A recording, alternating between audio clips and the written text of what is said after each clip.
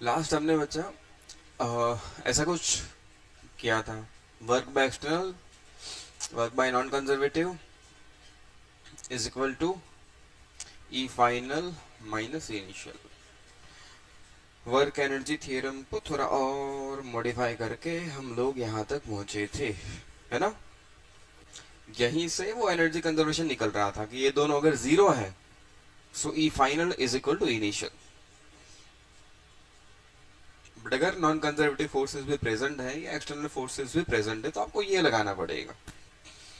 और इसके ऊपर हमने कुछ क्वेश्चन किए थे, जैसे एक क्वेश्चन शायद ये किया होगा, ब्लॉक कुछ इनिशियल स्पीड दे दो वी नॉट और फ्रिक्शन था, तो क्योंकि फ्रिक्शन है तो कहीं जाके ब्लॉक रुकेगा। पूछा गया होगा कितना चला है। हुआ था इक्वेशन, हुआ था नहीं हुआ था। तो यह हमने क्या लिखा था, फाइनल एनर्जी निकाल ली थी, इनिशियल एनर्जी निकाल ली थी, और क्योंकि फोर्स फ्रिक्शन है तो वर्क डन बाय फ्रिक्शन निकाल लिया था। याद आया। यहाँ पर जो फ्रिक्शन फोर्स था वो फ्रिक्शन फोर्स कांस्टेंट था कि वेरिएबल? कांस्टेंट। यहाँ फ्रिक्शन क्या था? कांस्टेंट था। फिर हम आगे बढ़े थे, जहां तक मुझे याद है शायद हमने ये क्वेश्चन भी कर लिया कि इनिशियली ये ब्लॉक रेस्ट पे था, हम लोग इस पे एक फोर्स लगा रहे हैं एफ, ये अप्लाइड फोर्स एक कांस्टेंट फोर्स है, यहाँ पर जो म्यू है वो चेंज हो रहा है, म्यू चेंज हो रहा है।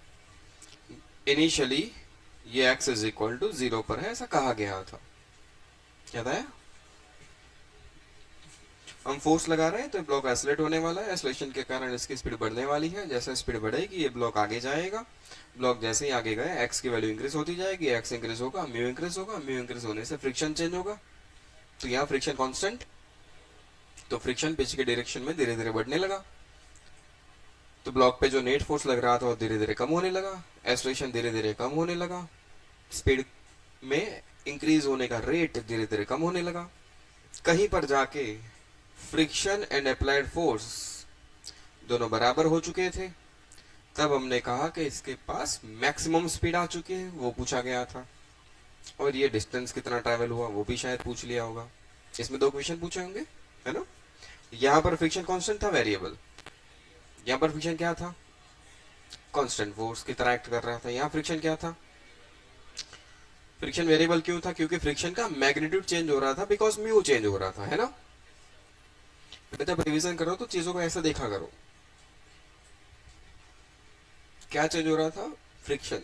क्यों चेंज हो रहा था? उसका मैग्नीट्यूड कंटिन्यूअसली चेंज हो रहा है।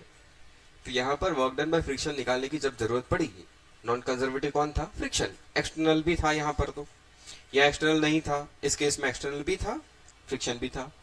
एक्सटर्नल फोर्स कांस्टेंट था, तो इसका जब वर्क निकाला था तो हमने क्या करा था? फोर्स इनटू डिस्प्लेसमेंट सीधा लिख दिया था।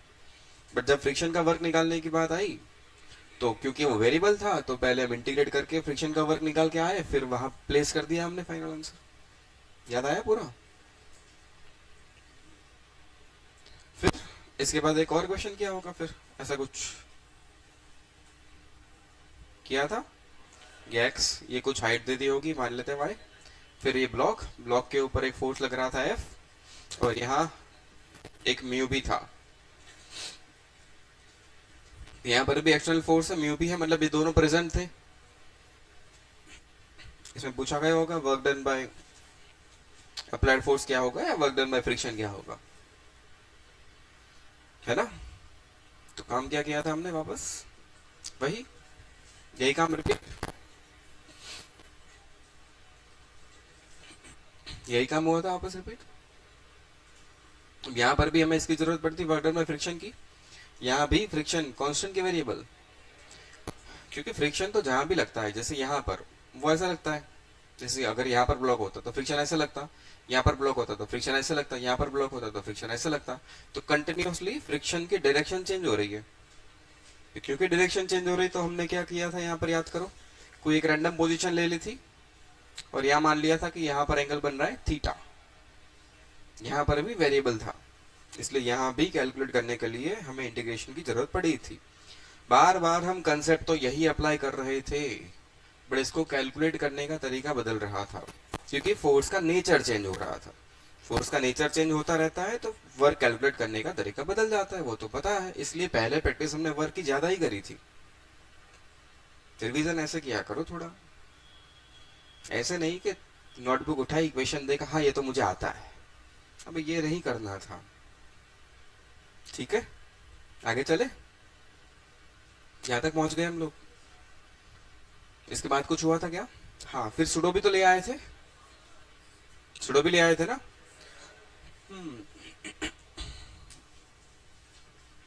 पर सुडो फोर्स तभी आता है जब हम किसी नॉन इनर्शियल फ्रेम से ऑब्जर्व करने की बात करते हैं।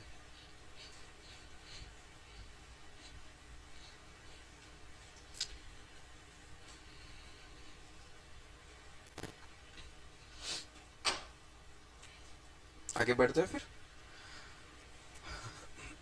आगे जाने से पहले कुछ आसान क्वेश्चंस जो पहले हो चुके, उसके आंसर्स आप लोग देने वाले हो, फिर हम आगे बढ़ेंगे। ये टेबल चेन,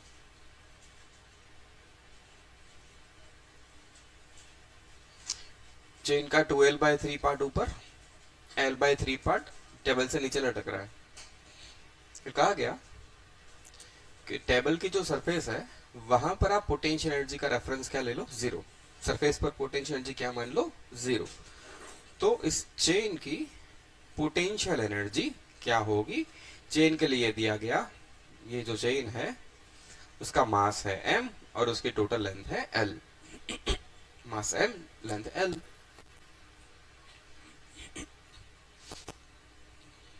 नया क्वेश्चन नहीं है, पहले भी हो चुका है।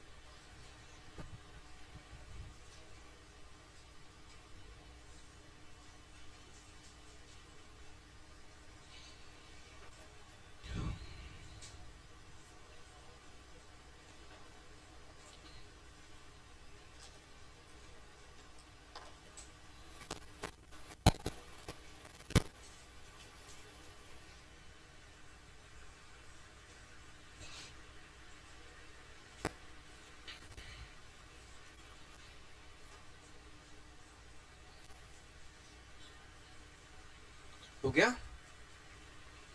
हो गया क्या? नहीं हुआ?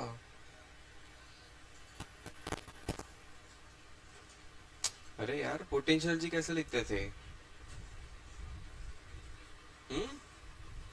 mg into H.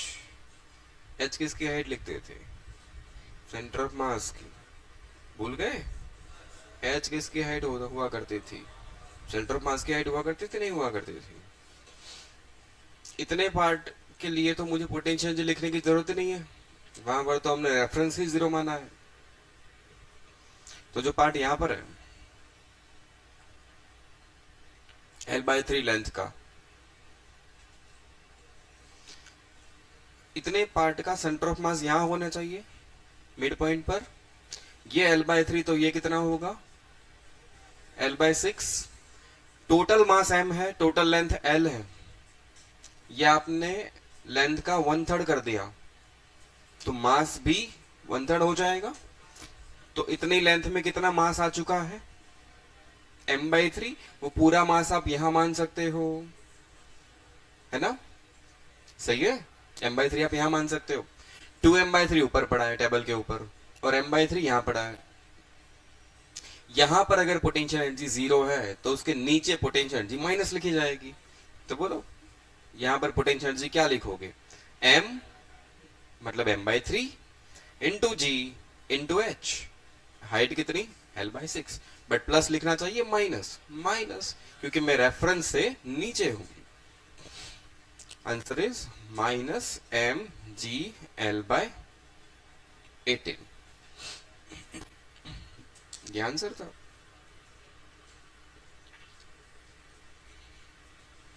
अरे भूल गए आप सब। से ये रोड है, मास एम, लेंथ एल, तो इसकी पोटेंशियल जी क्या लिखोगे? इसका पूरा मास यहां मानोगे ना सेंटर ऑफ मास पे, L/2 हाइट पे। इसे अगर जीरो रेफरेंस माना जाए तो L/2 पे पोटेंशियल जी क्या लिखी जाएगी? mg L/2। याद आया? फिर अगर चेन ऐसे पड़ी है,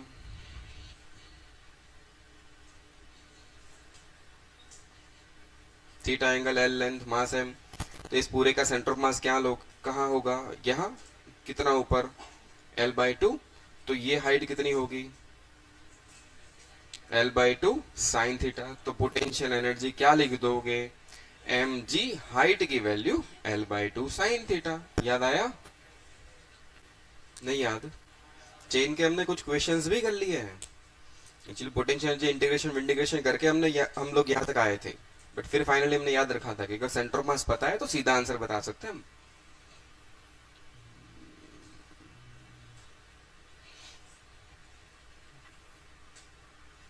ठीक है।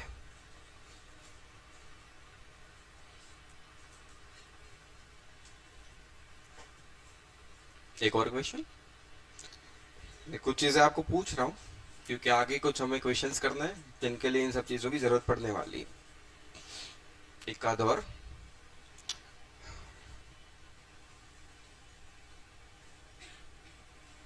ये एक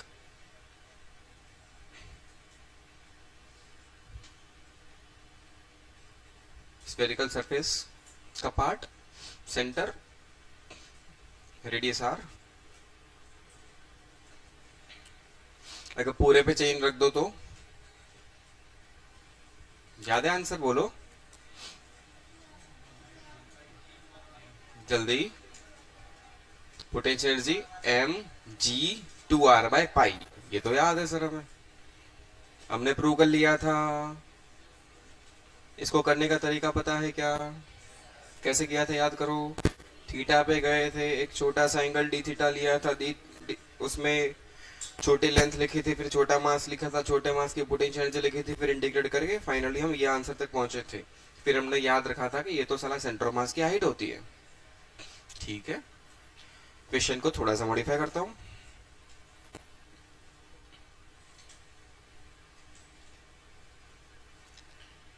चेन अब यहीं तक है, पूरे में नहीं है।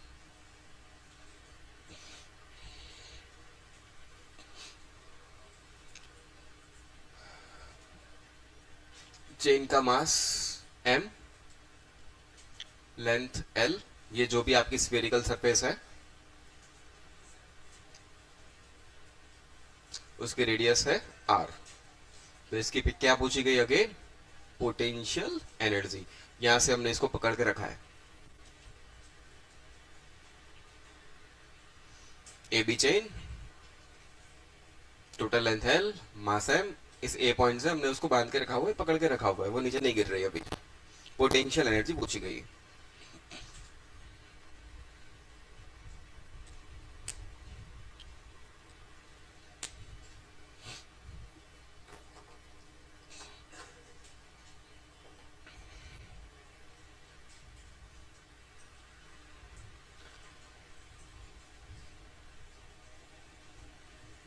मैं कुछ पुराने क्वेश्चन से पूछ रहा हूँ क्योंकि इसकी हेल्प से मैंने हम लोगों को कुछ और क्वेश्चंस करने हैं अभी।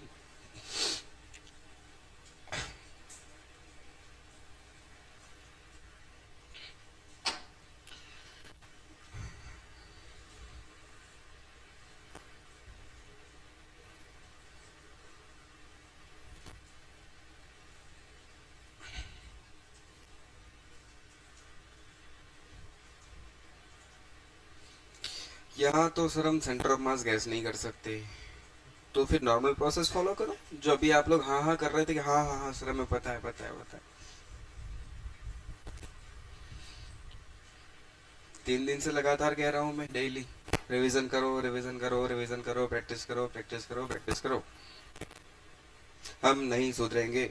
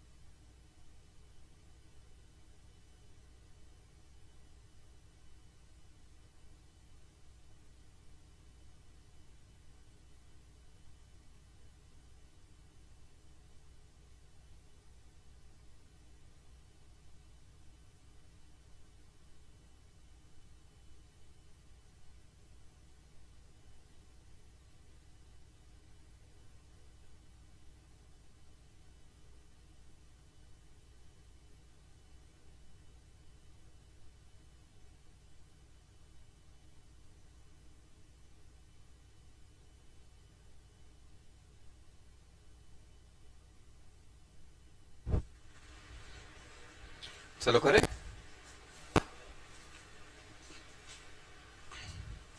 चलो सॉल्व करें क्या? आ जाओ। आप लोग सॉल्यूशन के लिए अगर डायग्राम बनाओगे तो अलग बनाओगे, सारी चीजें इसमें ही नहीं करोगे। चलो, तरीका क्या है इसको सॉल्व करने का? पोटेंशियल एनर्जी लाने की मेथड क्या है? एक छोटा एलिमेंट लेना पड़ेगा हमें। चलो यहाँ लिया मैंने, यहां से मैं आया थीटा, और ये लिया मैंने डी थीटा। मैं ऊपर से क्यों आ रहा हूँ? क्योंकि चेन स्टार्ट ही यहाँ से हो रही है। यहाँ से जाओगे तो यहाँ तो चेन है ही नहीं, इसलिए मैं यहाँ से थीटा आया, फिर डी थीटा लिया, तो एक इतना पार्ट मुझे मिल रहा है dx लेंथ का। इक्वेशन हटा दूं, ये हो गई लेंथ dx। dx बोलो क्या होगा? रेडियस तो आ रहा है, जल्दी बोलते रहो। अब dx की वैल्यू बोलो। क्या डी थीटा सही है? अब इतने में एक छोटू मास आएगा dm।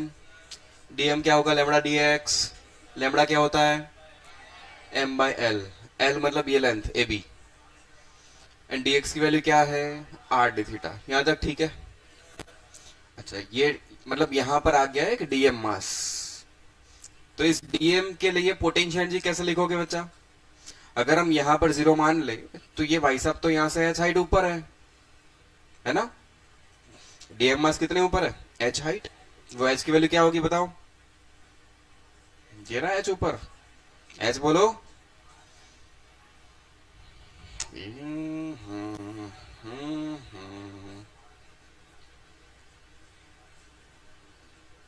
ये रहा अपना dm मास, ये थीटा है भाई, ये डिस्टेंस r है, और ये h है। अब बोलो r cos थीटा। यहाँ थीटा नहीं है, ऊपर है थीटा, तो हाइट की वैल्यू क्या हो गई? r cos theta. तो बस इस dm मास की पोटेंशियल एनर्जी du क्या लिखोगे? dm gh, mgh। मास की value m by L r d theta, g तो g है, h की वैल्यू r cos थीटा। तो ये हो गया m by L r square g cos theta d theta. क्या इसको इंटीग्रेट कर दे तो हमें फाइनल पोटेंशियल एनर्जी मिल जाएगी? चलो, so finally potential energy u integrate करना है, जितनी चीजें बाहर आ सकती है बाहर ले लो। m r square g by l, इतने लोग बाहर आ गए। cos थीटा का इंटीग्रेशन वो भी थीटा के रिस्पेक्ट में हो सकता है। बोलो cos का इंटीग्रेशन, बोलते रहो भैया, बोलो। sin theta, limit limit limit limit limit limit. Chain तो यहां से लेके यहां तक है,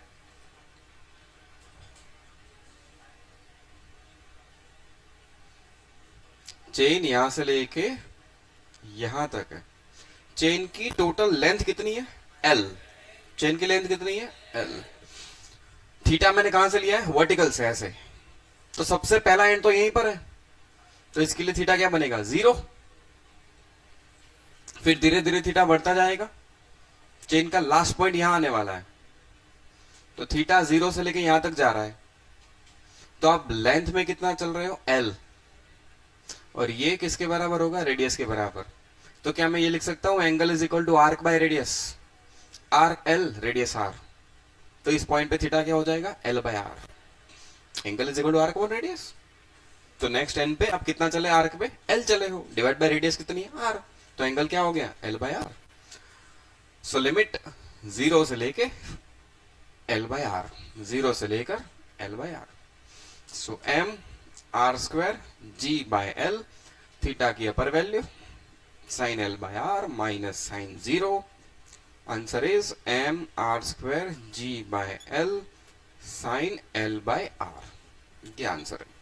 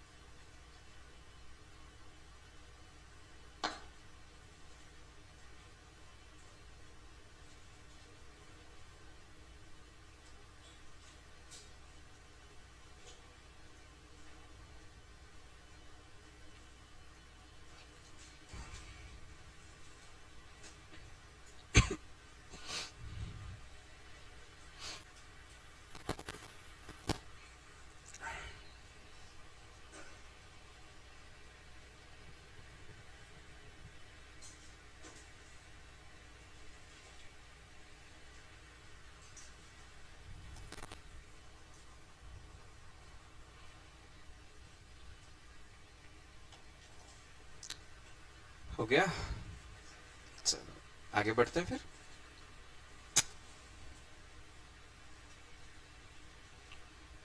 ये एक पुली,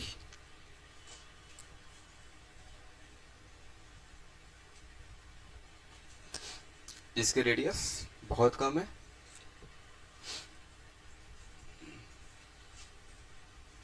एक चेन या हैवी रस्सी कुछ भी कर दो, रस्सी रस्सा जो भी आपको ठीक लगे, ठीक है ना, वैसे रखा हुआ है। इसकी टोटल लेंथ 12, मास m, टोटल लेंथ 12, मास m। कभी कभी ये कहा भी जाता है कि पाई आर इज वेरी मच छोटा देन एल। ये क्या मतलब है, मतलब पाई आर मतलब ये, मतलब पुली की रेडियस बहुत कम है, मतलब आप ये मान सकते हो कि ये वाली लेंथ भी एल के बराबर होगी और ये लेंथ भी लगभग एल के बराबर होगी, दोनों साइड की लेंथ कितनी है, एल एल। अगेन पूछा गया पोटेंशियल एनर्जी क्या होगी।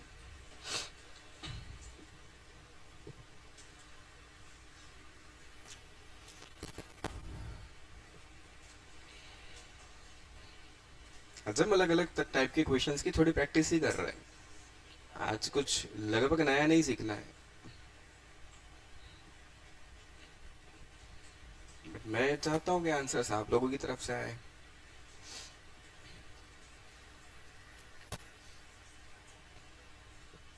ये दोनों एंड सेम लेवल पर है, ठीक है, यहां पर जीरो ले लेना, जीरो लेवल यहां मानना है।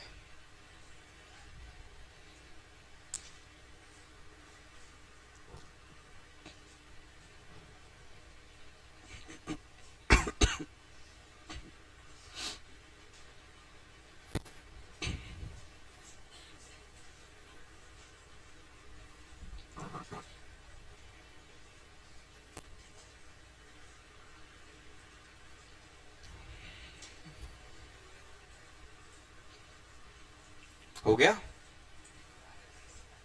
चलो टोटल मास m था, तो इस वाले पार्ट का मास m/2, सही है, और इस पार्ट का मास भी, टोटल लेंथ 2l, तो यहाँ की लेंथ l, यहाँ की लेंथ भी l। इस पोर्शन का सेंटर ऑफ मास यहाँ ले सकते हो, कितना नीचे,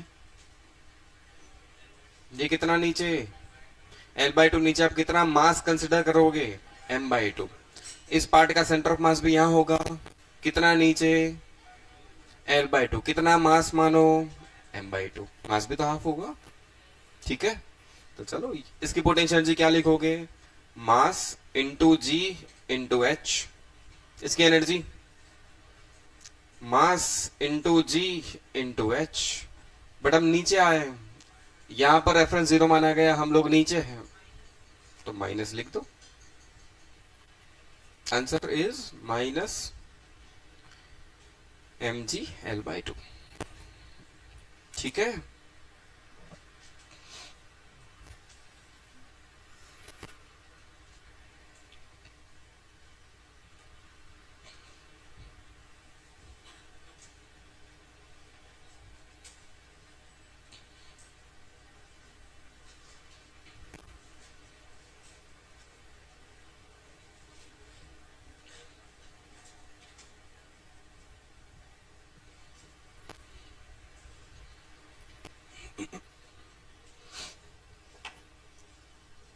चलो तो अलग अलग केस में पोटेंशियल एनर्जी लिखना हमने सीख लिया।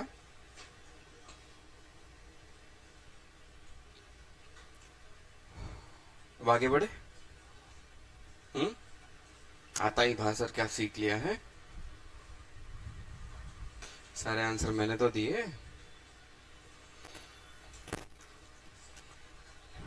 चलो थोड़ा और आगे चलते हैं फिर। ये table, chain,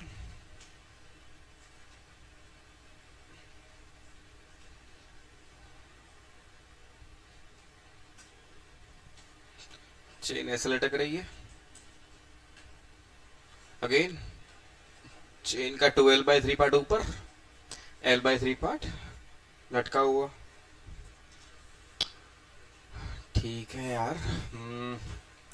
total mass m, chain की लेंथ l, ये m मास है, l लेंथ है, m मास l लेंथ, m मास l लेंथ। कोई फ्रिक्शन नहीं है, कोई फ्रिक्शन, कोई भी फ्रिक्शन नहीं है। यहां पर कोई भाई साहब खड़ा है, उसने चेन को पकड़ के रखा हुआ है अभी ऐसे एक मासलेस स्ट्रिंग से। ये अपनी स्ट्रिंग है, इसने चेन को पकड़ के रखा हुआ है, क्योंकि कोई फ्रिक्शन नहीं है। अगर ये भाई साहब छोड़ देंगे तो चेन नीचे गिरेगी, सीधी बात है ना। अरे कोई फ्रिक्शन ही नहीं है, तो अगर इसने छोड़ दिया तो चेन कहां चली जाएगी, नीचे, ठीक है। ये इस चेन को ऊपर लाना चाहता है, चेन को कहां लाना चाहता है, ऊपर। तो क्या कुछ वर्क करना पड़ेगा, क्वेश्चन वही है, work done by person to pull the chain completely on the table, और एक वर्ड लिखा है अंदर, स्मूथ, सॉरी स्लोली। पहला question, work done by person to pull the chain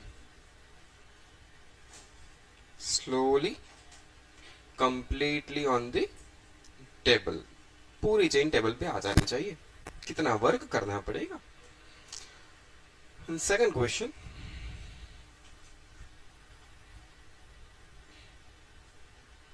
if person release the chain, then calculate speed of the chain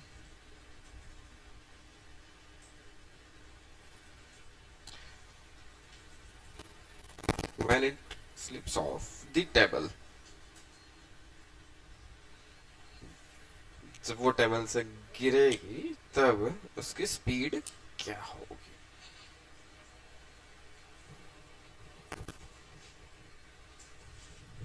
पहले तो question 1 के बारे में सोचो।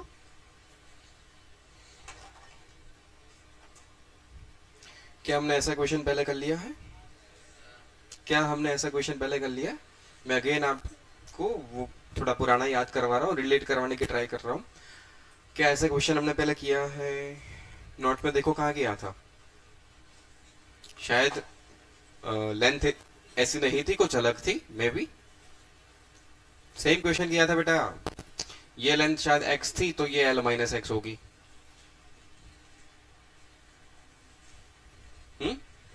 और इसको लाना था ऊपर।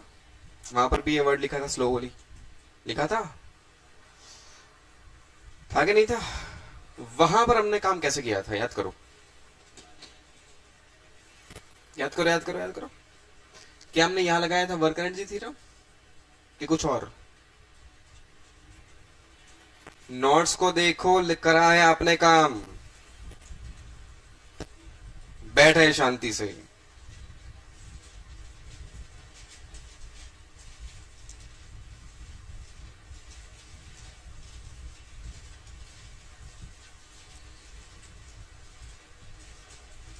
कितना पीछे है कि इतना सब कुछ किया है।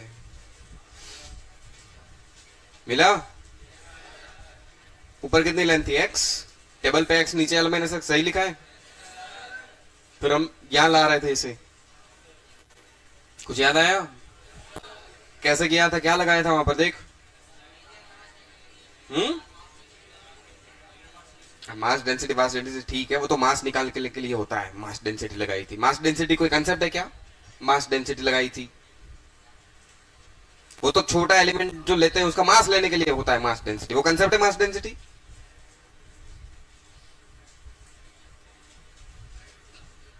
देख,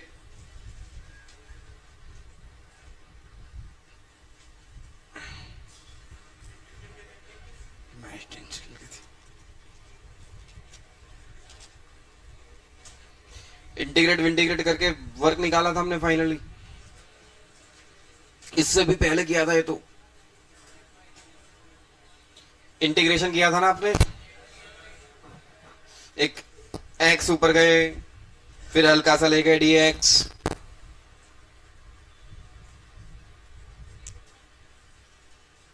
तो ये दोनों क्वेश्चन सेम नहीं है? सेम है, अलग है? सेम। सेम क्वेश्चन, अलग क्वेश्चन।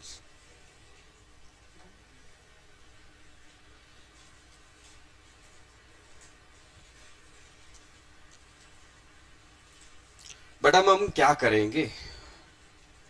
चेंज को कैसे लाना है? स्लोली। इसलिए पोटेंशियल एनर्जी में कोई चेंज होना चाहिए क्या? नहीं। पोटेंशियल एनर्जी में कोई चेंज होगा क्या? नहीं। पोटेंशियल एनर्जी में कोई चेंज होगा क्या? नहीं। क्या नहीं? काइनेटिक में कोई चेंज नहीं होगा? सब में हाँ। काइनेटिक एनर्जी में कोई चेंज। डेल्टा के क्या मान सकते हो? जीरो। डेल्टा के क्या मान सकते हो? जीरो। चलो, अब फोर्स ये भाई साहब फोर्स लगा रहे हैं इसको इधर, तो एक्सटर्नल फोर्स हुआ। ये क्या हुआ? External force. Work done by external force. क्या कोई फ्रिक्शन है? क्या कोई यहाँ पर फ्रिक्शन है? हमने ये याद रखा था, work by external plus work by non conservative is equal to E final minus E initial. E final minus E initial को ई फाइनल लिख सकते हो आप, K final plus U final. E initial लिख सकते हो K final, K initial plus you initial. But kinetic energy में कोई चेंज, क्योंकि यहाँ पर ये भयानक वर्ड लिखा है। सो के फाइनल माइनस के इनिशियल तो जीरो हो गया, तो बचा क्या? You final minus you initial. तो क्या बचा? और हम फोर्स लगा रहे हैं, नॉन कंजर्वेटिव तो कुछ है ही नहीं, ये तो अपने आप गायब हो गया। तो जो वर्क होगा वो किसके बराबर हो जाएगा? नहीं समझ में आया यार? बताओ आप डायरेक्ट आंसर। कितना वर्क करना पड़ेगा? जितना पोटेंशियल एनर्जी में चेंज हुआ है उतना ही वर्क करना पड़ेगा। Change in potential energy. या पोटेंशियल एनर्जी कितनी थी? ये कितना नीचे था? L/3। इतना मास कितना था? M/3। तो यहाँ पोटेंशियल एनर्जी कितनी होगी? मास इंटू जी इंटू L/3 का भी हाफ, L/6, और नेगेटिव लिखेंगे। सो पोटेंशियल एनर्जी थी,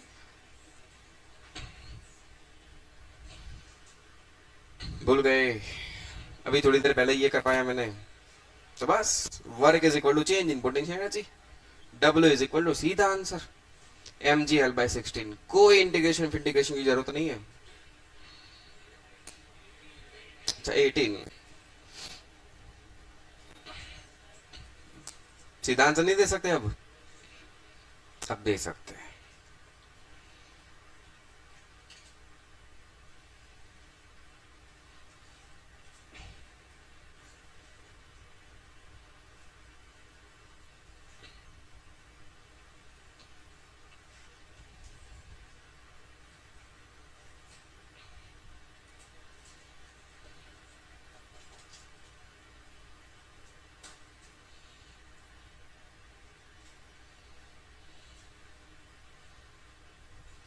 जितना इस पर्सन ने काम किया उतनी पोटेंशियल एनर्जी चेन की इंक्रीज हुई।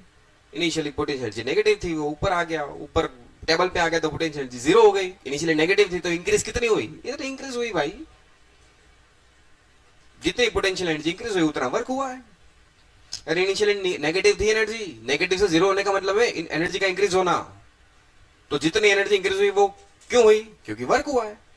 तो work is equal to change in energy, बस खत्म। तो मैं इसलिए तो आपको समझा रहा था कि पोटेंशियल एनर्जी आपको इंटीग्रेशन से बचाने वाली है। सीधा आंसर है, कोई इंटीग्रेशन इंटीग्रेशन की जरूरत नहीं। वहां करा था आपने इंटीग्रेशन, वो भी समझ में नहीं आ रहा था कर क्या रहे हैं। नेक्स्ट, अगर ये रस्सी को तोड़ दे तो ये चेन नीचे गिरेगी, क्यों गिरेगी? ये चेन नीचे क्यों गिरेगी? क्योंकि कोई फ्रिक्शन। तो ये चेन नीचे गिरना स्टार्ट हो जाएगी, क्योंकि जो m3 मास है, m/3 मास है, उसके कारण नीचे क्या लगना होगा, mg। तो ये चेन नीचे आई आई आई आई कंप्लीटली ऐसे सिचुएशन में आ गई है, तब इसकी स्पीड पूछी गई है। अब नेक्स्ट क्वेश्चन क्या हो गया कि भाई साहब अब आप इसे रिलीज करो तो नीचे गिरने वाली है। फाइनली जब ये सिचुएशन अच्छी होगी तब इसकी स्पीड कितनी होगी, ये क्वेश्चन हुआ। बोलो कैसे करें, जल्दी बोलो। इक्वेशन याद है अपना? हाँ, work by external plus work by non conservative is equal to E final minus E initial. क्या कोई एक्सटर्नल वर्क फोर्स भी लग रहा है, रिलीज कर दिया। क्या कोई नॉन कंजर्वेटिव फोर्स लग रहा है, नहीं। तो ये दोनों 0 0 है। हाँ, ई आई को उठा के इधर ले आओ, तो e i is equal to E final. मतलब सिंपली हमें क्या लगाना है, एनर्जी कंजर्वेशन। सीधा क्या लगाना है, एनर्जी कंजर्वेशन। तो इनिशियल एनर्जी बोलो पूरी सिस्टम की। इनिशियल तो आप रिलीज कर रहे हो, तो initial energy is equal to initial kinetic plus initial potential. Kinetic initial बोलो बच्चा, 0। इनिशियल पोटेंशियल इसकी तो 0 है, बट इसकी माइनस mgl/18। फाइनली ई फाइनल या लिख देते हैं, के final plus U final. Chain नीचे जा रही कितनी स्पीड से, v। कितनी स्पीड से, यही तो हमें निकालना है। तो final kinetic energy 1/2 mv²। Final potential, यहां पर हमने पोटेंशियल को 0 माना था। अब कम पूरी चेन नीचे आ गई तो इसका सेंटर ऑफ मास कितना नीचे होगा, L/2 नीचे। कितना मास, m मास। पूरी चेन नीचे है ना अब तो पोटेंशियल एनर्जी बोलो, माइनस लिखेंगे mgl/2, ठीक है, माइनस mgl/2। अब तो सीधा काम, E initial is equal to E final, initial energy minus mgl/18 is equal to 1/2 mv² minus mgl/2। इसको उठा के इधर लाओ, mgl/2। पहले ये 2 गया, ये 2 गया, ये हो गया 9, मास गया, मास गया, मास गया, minus gl/9 plus gl is equal to v²।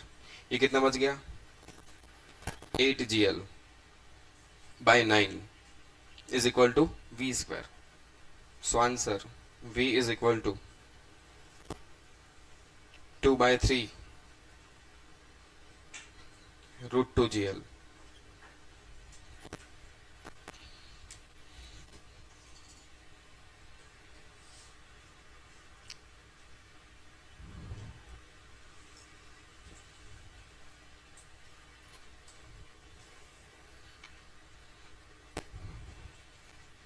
यार रिवीजन के वक्त चीजों को कनेक्ट करने की ट्राई करो कि धीरे धीरे क्वेश्चंस कैसे बदल रहे हैं।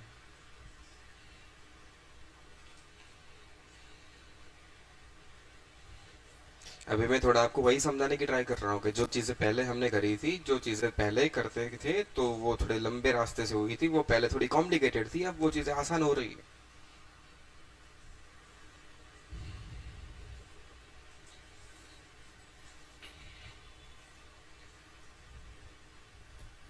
ये आसान है, सीधा लिखना ही है, 3 स्टेप में आंसर है।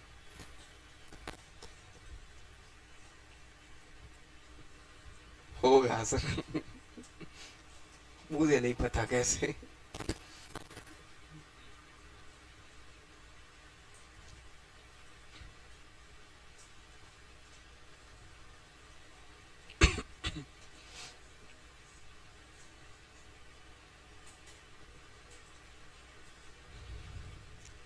आगे बढ़े, चलो हो गया कॉपी।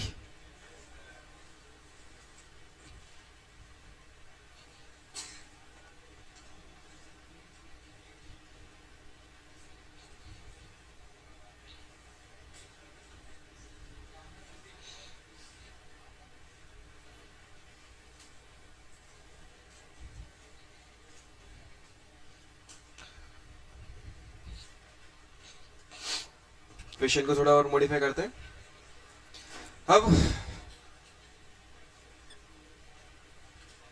अब टेबल स्मूथ नहीं है, फ्रिक्शन भी है।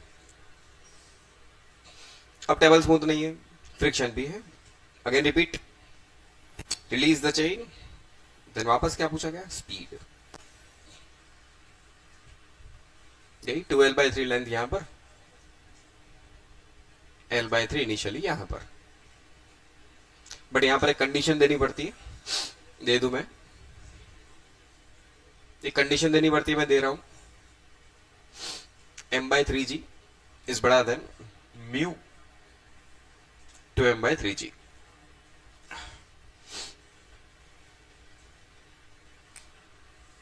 ये गिवन है, क्वेश्चन के अंदर बच्चा ये दिया गया है।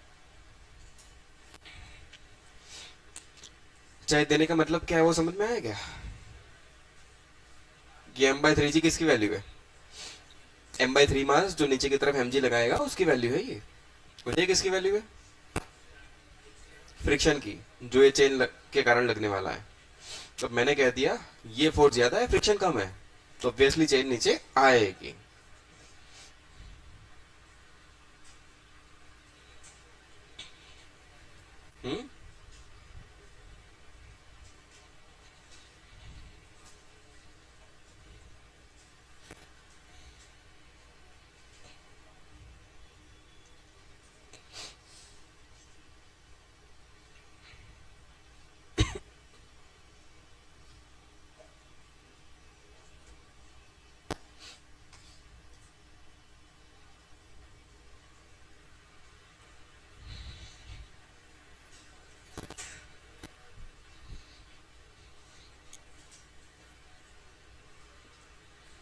क्वेश्चन लिख लिया है।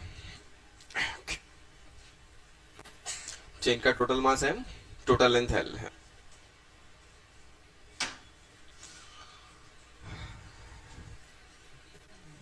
चलो कैसे करें अब तो सलाह फ्रिक्शन भी है, फ्रिक्शन है तो काम क्या होगा, तब तो ये लगाना पड़ेगा, work by friction is equal to E final minus initial. Work by external plus one by non conservative, external तो है ही नहीं, वो तो गायब हो गया, नॉन कंजर्वेटिव एक है फ्रिक्शन, तो सिर्फ ये बचेगा work by friction is equal to E final minus initial. तो मुझे ई फाइनल का देखना पड़ेगा, ई इनिशियल भी देखना पड़ेगा। चलो फाइनल की बात पहले हुई थी वही कहानी। ई फाइनल, चेन की स्पीड नीचे v, ई फाइनल के फाइनल प्लस यू फाइनल, के फाइनल बोलो 1/2 mv², यू फाइनल बोलो सेंटर पास यहां पर कितना है नीचे L/2। टेबल की सरफेस पर पोटेंशियल को हमने 0 माना, तो L/2 नीचे, mg/L/2 वो भी माइनस। ये तो पहले भी दिखा था अभी। इनिशियल एनर्जी, इसको तो हम रिलीज कर रहे हैं, तो initial kinetic, initial kinetic, initial kinetic, initial k initial plus you initial, initial kinetic तो 0, बट पोटेंशियल एनर्जी ये L/3, तो ये कितना, मास कितना, m/3, तो पोटेंशियल एनर्जी क्या लिखोगे, mass into g into L/6, वो भी minus, so potential is minus mgL/18। चलो ये दोनों तो लिख दो पहले। E final half mv² minus mgL/2 minus initial, minus minus plus mgL/18। अब मुझे क्या पता करना पड़ेगा, वर्क डन बाय फ्रिक्शन। अब क्या निकालना पड़ेगा, वर्क डन बाय फ्रिक्शन। वो कैसे निकालोगे, उसके लिए वापस वो पुरानी मेथड जो अभी मैंने थोड़ी देर पहले आपको याद करवाई, जो वर्क निकाला था अप्लाइड फोर्स के कारण, वही काम रिपीट करना पड़ेगा आपको।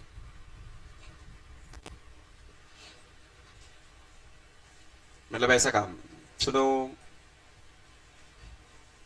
कि चेन का इतना हिस्सा एक्स लेंथ का ऊपर है और ये नीचे जा रही है, चेन कहां जा रही है, नीचे। तो कुछ टाइम बाद, इतने से टाइम के बाद चेन जरा से डिस्प्लेस हो जाएगी यहां, कितनी, dx। चेन तो नीचे जा रही है अब, और फ्रिक्शन कहां लग रहा होगा, पीछे। फ्रिक्शन कहां लग रहा होगा, पीछे, ठीक है ना। बोलो पहले फ्रिक्शन की वैल्यू बोलो। तो इतू से डिस्प्लेसमेंट dx के लिए dw बोल दो, फ्रिक्शन अंदर ही लिख देना, force into displacement into cos 180। dx इतू सा छोटा सा डिस्प्लेसमेंट है, जितने डिस्प्लेसमेंट के लिए मैं फ्रिक्शन को कांस्टेंट मान सकता हूं। मैं ये पहले तो ये बताओ, ये कहानी क्यों कर रहा हूं मैं इंटीग्रेशन वाली, मैं सीधा क्यों नहीं लिख रहा। वर्क डन बाय फ्रिक्शन में डायरेक्ट ऐसे क्यों नहीं लिख रहा हूं, फ्रिक्शन एफ के इंटू 2L/3 और cos 180 का माइनस। ये नहीं लिख सकते, नहीं लिख सकते। रीजन, क्योंकि ये चेन धीरे धीरे नीचे आने वाली है। जैसे जैसे चेन नीचे आती जाएगी, टेबल पे मास कम होता जाएगा, टेबल पर मास कम होता जाएगा तो नीचे की तरफ mg कम होता जाएगा, तो अपवर्ड डायरेक्शन में नॉर्मल कम होता जाएगा। नॉर्मल अगर कम हो रहा है तो फ्रिक्शन की वैल्यू अपने आप चेंज हो रही है। तो फ्रिक्शन यहां पर कांस्टेंट, ये आप तब लगा पाते हो जब फोर्स कांस्टेंट हो, तो ये वैलिड नहीं है, यहां पर फ्रिक्शन वेरिएबल है। आज आके मैंने वही क्वेश्चंस आपको याद करवाए कि यहाँ कांस्टेंट था, यहाँ वेरिएबल था, यहाँ वेरिएबल था, यहाँ पर भी फ्रिक्शन वेरिएबल है। तो जब वेरिएबल की कहानी आ जाती है तो हमेशा क्या करते हैं, छोटा सा डिस्प्लेसमेंट लेते हैं dx। वो dx इतना छोटा होता है कि उतने से डिस्प्लेसमेंट के लिए हम फोर्स को क्या मान लेते हैं, कांस्टेंट। तो अभी इतने से dx डिस्प्लेसमेंट के लिए फ्रिक्शन जो लग रहा है f की वो कांस्टेंट है। डिस्प्लेसमेंट इधर, फ्रिक्शन इधर, फ्रिक्शन डिस्प्लेसमेंट cos 180 की साइन आ जाएगी आगे माइनस, ठीक है। अभी चेन का कितना पार्ट ऊपर पड़ा हुआ है, x, तो इतने पार्ट का mg यहां लग रहा होगा। मान लो इतने पार्ट का मास है m डैश, x लेंथ का मास m डैश। ये m डैश कहां से लाओगे, lambda into length, lambda total mass by total length into ये वाली length x into g is equal to normal. गए वापस रिपीट। अभी फ्रिक्शन की वैल्यू मुझे लिखनी है। फ्रिक्शन क्या होता है बताओ सर, वो तो होता है म्यू एन। बेन क्या होगा, mg, पर कौन सा मास, जितनी चेन टेबल पे पड़ी है उतनी ही चेन पे फ्रिक्शन लग रहा है, तो मुझे उतनी ही चेन का मास लेना चाहिए जितनी चेन टेबल पे पड़ी है। तो टेबल पे जो चेन पड़ी है उसका मास क्या टोटल मास m के बराबर है, वो तो कम है उससे, मान लिया मैंने एम डैश, कितना मान लिया एम डैश। तो एम डैश कैसे निकालेंगे, lambda into length, lambda total mass by total length into length, ये वाली, ये आ गया तेरा एम डैश इंटू जी, ये आ गया फ्रिक्शन। ये भगवान, सो छोटा work done by friction is equal to friction force into displacement into cos 180 minus friction force की value mu m by l x into g n d x. ये आ गया छोटू वर्क डी डब्ल्यू। इसको इंटीग्रेट करने से मुझे क्या मिल जाएगा, final work done by friction. चलो करो फटाफट integrate. Work done by friction is equal to integration of this, जितनी चीजें बाहर आ सकती है उठा उठा के बाहर, म्यू बाहर, एम बाहर, एल भी बाहर, जी भी बाहर, आ गया सब कुछ बाहर। बस देख लेना कहीं कोई गड़बड़ ना हो जाए। अब लिमिट, पूरी चेन नीचे जाने वाली है, पूरी चेन कहां जाने वाली है, नीचे। कितनी चेन ऊपर थी 12/3, फाइनली कितनी चेन ऊपर रह जाएगी 0, फाइनली कितनी चेन ऊपर रह जाएगी 0। तो मैं लिमिट कहां से कहां ले रहा हूं, 0 से 12/3। प्लीज लिमिट लेने में अगर थोड़ा ज्यादा दिमाग आपने चला दिया तो आप उल्टी लिमिट भी ले सकते हो। तो या इसमें दिमाग मत चलाओ, फिजिक्स में दिमाग चलाओ अभी, वो मैथ को मैथ पे छोड़ दो अभी। इतना समझ लो वही बहुत बड़ी बात है। Mu m g by l, two भी बाहर, बोलो 4l²/9 माइनस 0, सही है, सही है। चलो माइनस म्यू एम जी, 2 से 2 कट गया, एक एल कट गया, एक एल बचा है बाय 9। प्लेस करो यहां पर,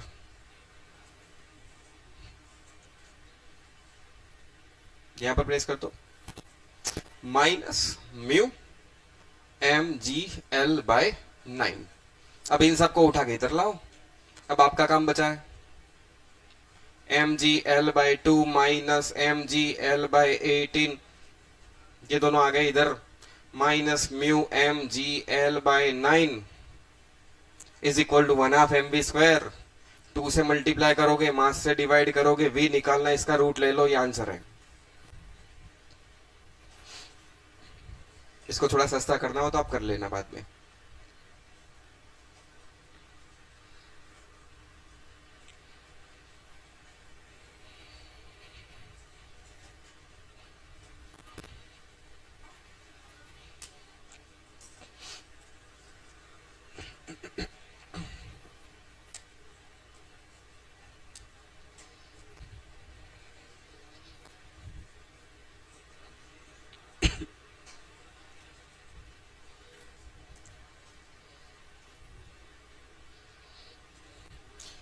घर जाके वापस प्रैक्टिस करनी पड़ेगी, है ना। तो काम तो समझ ही चुके हो, एक तो क्या है, क्या, कहां पर, यहां 2 भी बचेगा नहीं, तो यहां 2 कहां आएगा, 2 2, और कुछ चेंज है क्या, बस 2 ही तो था, ठीक है।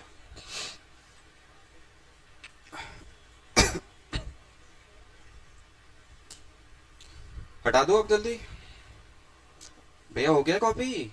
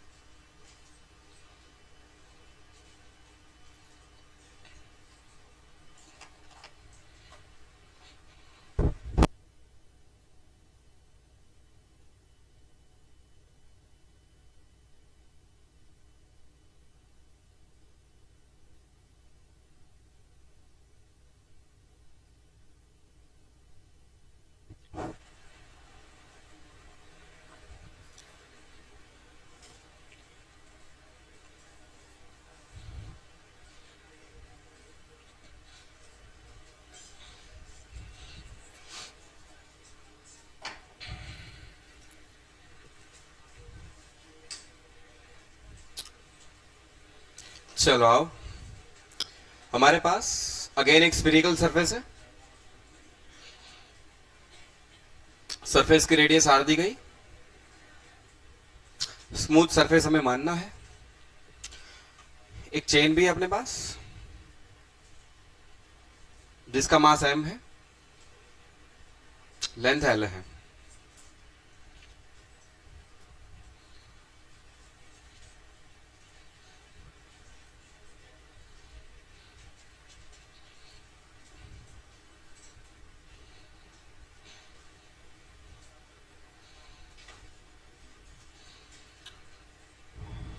ये इनिशियल सिचुएशन बना रहा हूं मैं, और यहां पर ये फाइनल सिचुएशन है। इनिशियली चेन ऐसे रखी गई, यहां से इसको हमने फिक्स रखा था, मतलब पकड़ के रखा हुआ था, हिंज्ड थी यहां से चेन, ठीक है। सरफेस क्योंकि स्मूथ थी, अगर हम इस चेन को अब रिलीज करें तो क्या चेन नीचे आ सकती है, क्योंकि फ्रिक्शन नहीं है, सरफेस तो स्मूथ है, तो चेन यहीं पर नहीं रहने वाली, चेन नीचे आएगी। पूछा गया speed of the chain when chain makes an alpha angle with vertical, calculate speed of the chain when it makes alpha angle with vertical।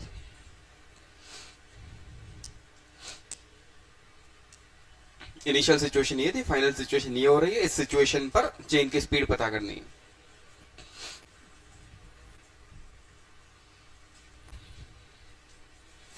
Question समझ में आया क्या? क्वेश्चन समझ में आया है? क्वेश्चन में कोई डाउट?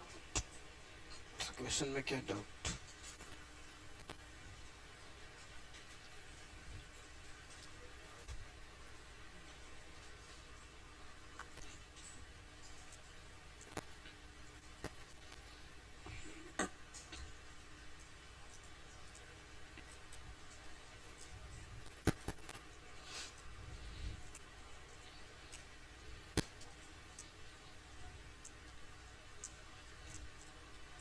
चलो, कोई फ्रिक्शन, कोई फ्रिक्शन, कोई एक्सटर्नल, तो क्या हम डायरेक्ट एनर्जी कंजर्वेशन लगा दें? E i is equal to e f, e i is equal to, चलो लगा दिया, e i is equal to e f, e i k i u i, e f k f u f. Kinetic initial, initially तो हम इसको release कर रहे हैं, release कर रहे हैं तो इनिशियल काइनेटिक एनर्जी, रिलीज करने पर initial kinetic energy zero, initial potential मुझे नहीं पता, फाइनल काइनेटिक, चेन की स्पीड पूछी गई है, मान लेते चेन v स्पीड से नीचे आ रही है तो final kinetic v 1/2 mv square लिख दें। मैं क्वेश्चन को हटा दूं यहां से, अब क्वेश्चन लिख लिया है ना, बहुत अच्छे, रिलीज कर रहे थे वो भी हमें पता है। तो इनिशियल काइनेटिक क्या लिख दिया हमने? जीरो।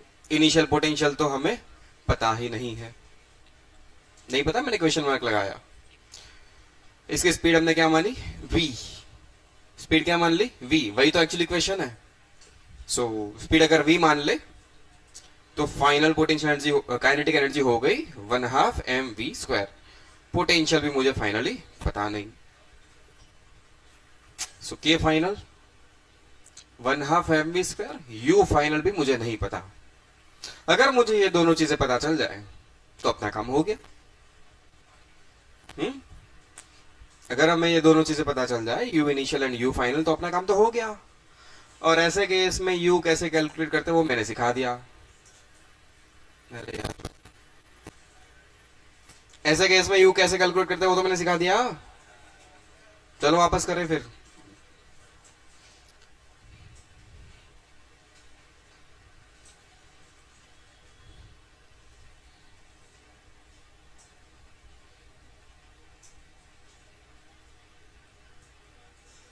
यहां तक थे, बोलो u कैसे कैलकुलेट करेंगे? करना क्या है, जल्दी बोलते रहो। यहां से थीटा पे आया डी थीटा, यहां से थीटा पर छोटा एंगल डी थीटा, तो ये डीएक्स, डीएक्स बोलो कितना होगा, बोलते रहो, आर डी थीटा। इस डीएक्स में छोटा मास डीएम, डीएम क्या लिखोगे, लैम्बडा इंटू डीएक्स। लैम्बडा क्या होगा, total mass by total length, दोनों चीजें दी गई तो लैम्बडा एम बाय एल लिखा जाएगा। M by l and dx की वैल्यू क्या हो गई, आर डी थीटा। ये डीएम मास कितनी हाइट पर, ये रेफरेंस है, यहां पर पोटेंशियल 0 मान लो, तो डीएम मास कितनी हाइट पर, इतनी हाइट पर है। ये थीटा है, ये आर है, तो हाइट क्या हो गई, आर कॉस थीटा। तो डीएम के लिए डी क्या लिखोगे, dm into g into h. Dm की value m by l r d theta, g तो जी है, एच की वैल्यू हो गई अपनी आर कॉस थीटा, मतलब ये हो गया m r square g by l cos theta d theta. क्या इसको इंटीग्रेट करने पर हम यू तक पहुंच सकते हैं, जितनी चीजें बाहर आ सकती ले लो। M r square g by l, limit कहां से कहां जाएगी, जल्दी बताओ। Limit limit limit limit limit, यहां पर एंगल थीटा क्या लिखोगे, 0, और यहां जाओगे तो angle is equal to arc, arc मतलब l divide by radius r. So limit 0 से l by r. Cos theta का इंटीग्रेशन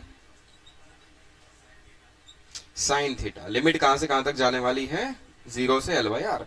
लिमिट प्लेस कर दो, m r square g by l, limit place करोगे, साइन थीटा को लिख दोगे l by r minus sine 0, sine 0 तो पता नहीं सर, साइन 0 नहीं पता, ये क्या, कौन सी पोटेंशियल एनर्जी, इनिशियल। फाइनल भी तो कैलकुलेट करनी है, फाइनल सिचुएशन ये वाली है, वो कैसे कैसे करें,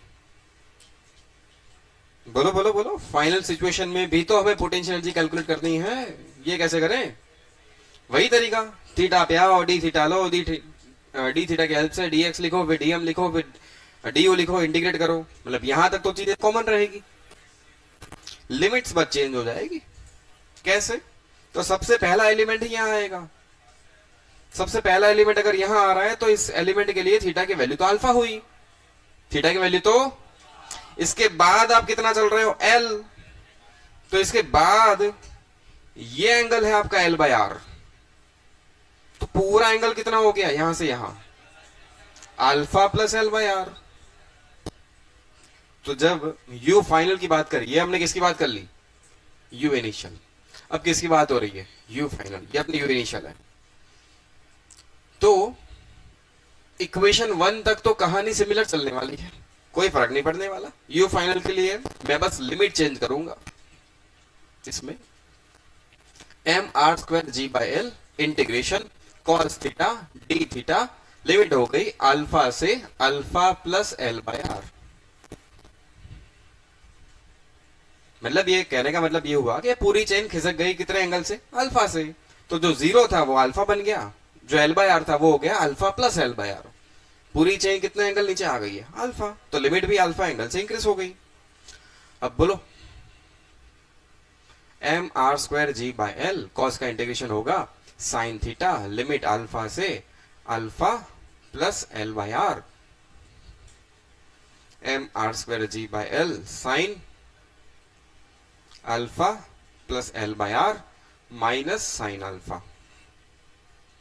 ये फाइनल, दोनों को उठा के यहां डाल दो, यू इनिशियल ये रहा,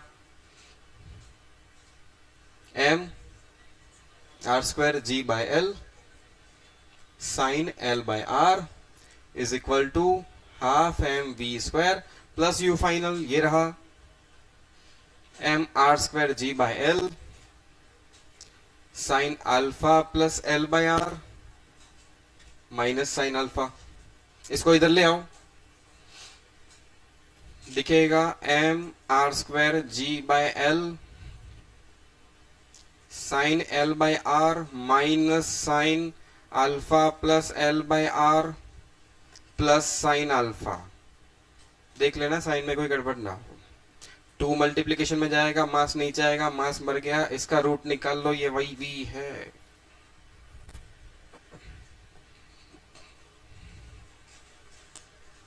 ठीक है। अब फिर चाहो तो आपका गंदा मैथ वो लगा दो, साइन ए प्लस बी, जो भी लगाना है।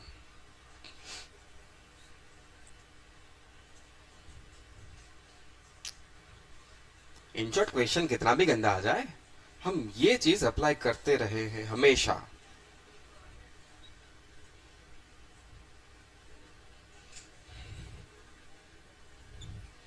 पहले हम वर्क एनर्जी थ्योरम से करते थे चीजों को, अब इससे कर रहे हैं। इससे चीजें और थोड़ी आसान हो रही है। वो क्वेश्चन बड़े हुए इसलिए आपको लग रहा है, बट चीजें आसान हुई है।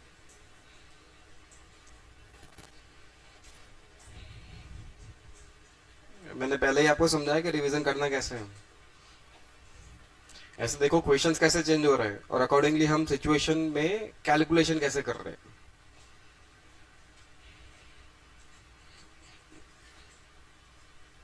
कहीं पे फ्रिक्शन में वेरिएबल फ्रिक्शन दे दिया था, कहीं पे पोटेंशियल कैलकुलेट करने के लिए हमें इंटीग्रेशन की हेल्प लेनी पड़ी, क्योंकि बस मैथ थोड़ा बहुत चेंज हो रहा है हर एक चीज में, काम वही कर रहे हैं हम लगातार।